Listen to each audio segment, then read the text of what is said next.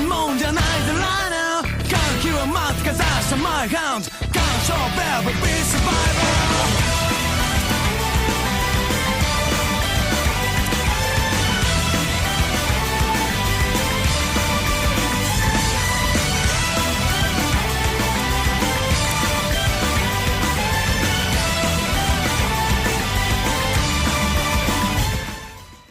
Konnichiwa, bitches. Anthony's Anime Time. This is PM Prime on the Gods of Anime channel. I'll be reviewing another anime I just finished watching, so it's still fresh in my mind. And it's an anime I was looking forward to. And I don't know what happened. I honestly don't know what happened here. How did they do it? How did they turn that game into this anime? I want to know what the thought process is. Honestly now. A lot of factors to get us to where we are right now. What is this anime I'm speaking of? I'm speaking of Sengoku Basara, Judge's End or End of Judgment or whatever. Like I said, it just ended, 12 episodes long. Just like all the other Sengoku Basara animes were.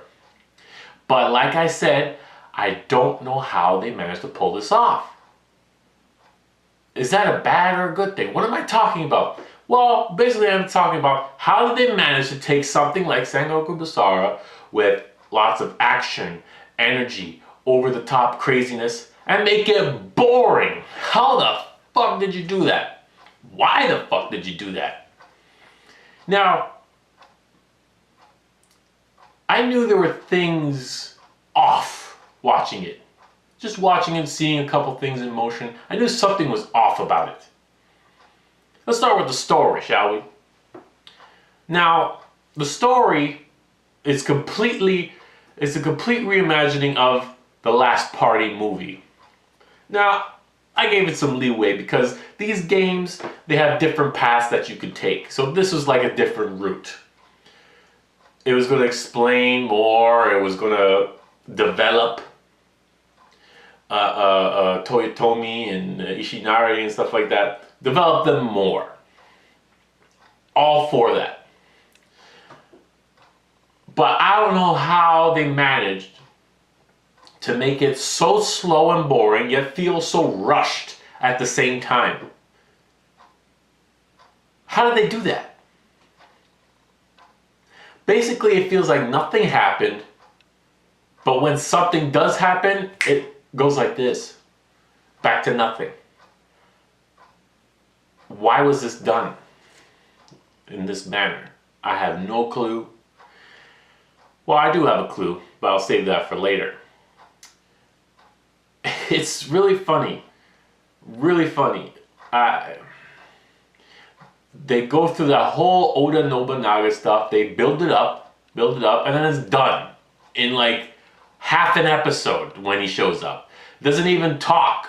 It is like they just change shit. The movie does it better. Straight up. Don't watch this to see the resurrection of Oda Nobunaga. That path. Don't watch it to see that. Don't watch it at all. Like just pretend that this show doesn't exist. Like it didn't happen. Now let's talk about the animation. The animation, other than the story, was another big glaring point where I said something's off right at the beginning. Turns out this wasn't animated by Production IG like the others were. I don't know who did this studio, what their names are or whatever, but I'm going to make it a point to find out, and I'm going to make it a point to avoid what the fuck they do from now on. That's how much this show offends me. Because and this gets to the first point, why things were done the way they are. Battles, not as fluid, not as over the top, not as crazy, not full of effects as they were before. Very short, very grounded. Lots of talking. And the reason for that is none of this. This had no fucking budget, obviously. The final battle at Sekigahara, whatever. I'm getting tongue-tied right now. The final battle was the final blow. The sword and the fist. The final blow was so poorly animated. I could not believe it was happening. And I was like, oh, the deformities. Like, oh my God. What the fuck happened here?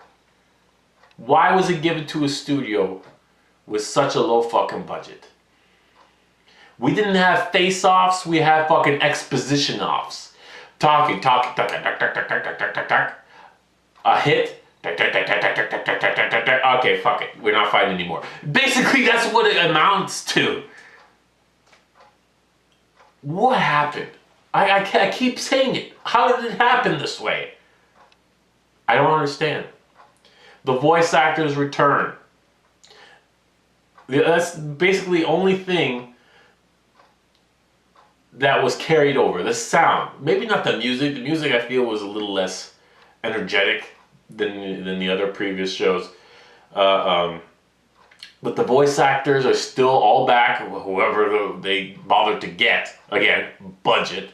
Like that big bad dude for Oda Nobunaga. Classic villain voice. Oomai Tachiya. That fucking voice. The man. Cell. You know what I mean? That voice. He was Flame Convoy in Transformers Galaxy Force. And just tons and tons of fucking enemies in the past. Just look up this fucking guy's name. And you see just fucking a list of all the best animes you've ever seen. And he's there. But he's not in this show. He's not in this show. But yeah, all the other voice actors are here. They sound the same. They got the same names. They kind of look the same. Animation looks a little off. A little less crisp. A little less glossy. A little less colorful. But basically that's all it is.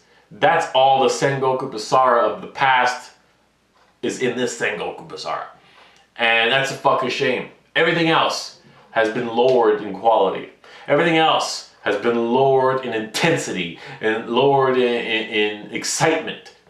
Like I said, how do you make this game, how do you make these previous animes boring? How do you do that? And these fuckers managed to pull it off. Round of applause. Very good. Very fucking good. Like I said in my previous reviews of Sengoku Basara, that show, I couldn't contain my giddiness, my excitement, my love. This one, apathy. Like, I finished watching it and I felt like, yeah, that's it? Oh well. Even, I should have known something was up when TM Revolution didn't come back to do the intro music. It was by the same dudes, I think they did the Death Note intro. It's really okay, but it doesn't really fit for this show. And it's like over-synthesized, auto-tuned English. Like, I don't know if this is the real subs or just a fucking joke, but they're singing about Jello and shit. Whoa, what? Oh my God. But, you know, they had kind of TM Revolution dude in there. His initials were TM, and then he gets converted to Xaviism, and they changed his name to Revolution. Hint, hint. You know, but big fucking deal. I don't know if he was voiced by him or not, but I don't fucking care. This character was just made up out of nowhere. I don't think he was in the game. No, he wasn't in the fucking game. Unless he was in the PS3 version as an extra character that wasn't in the Wii version. But whatever, it doesn't even matter. The point is, the summary is, pretend this anime did not happen. Gloss over it, forget about it. Because that's what it is, it's forgettable. Very, very forgettable. And it doesn't have the energy, Doesn't have the excitement. Doesn't have the craziness. It doesn't have anything. Such a big disappointment. Such a forgettable experience. I don't know what else to say. Skip. Sengoku Basara. Judge's End. And that's all I got to say about that.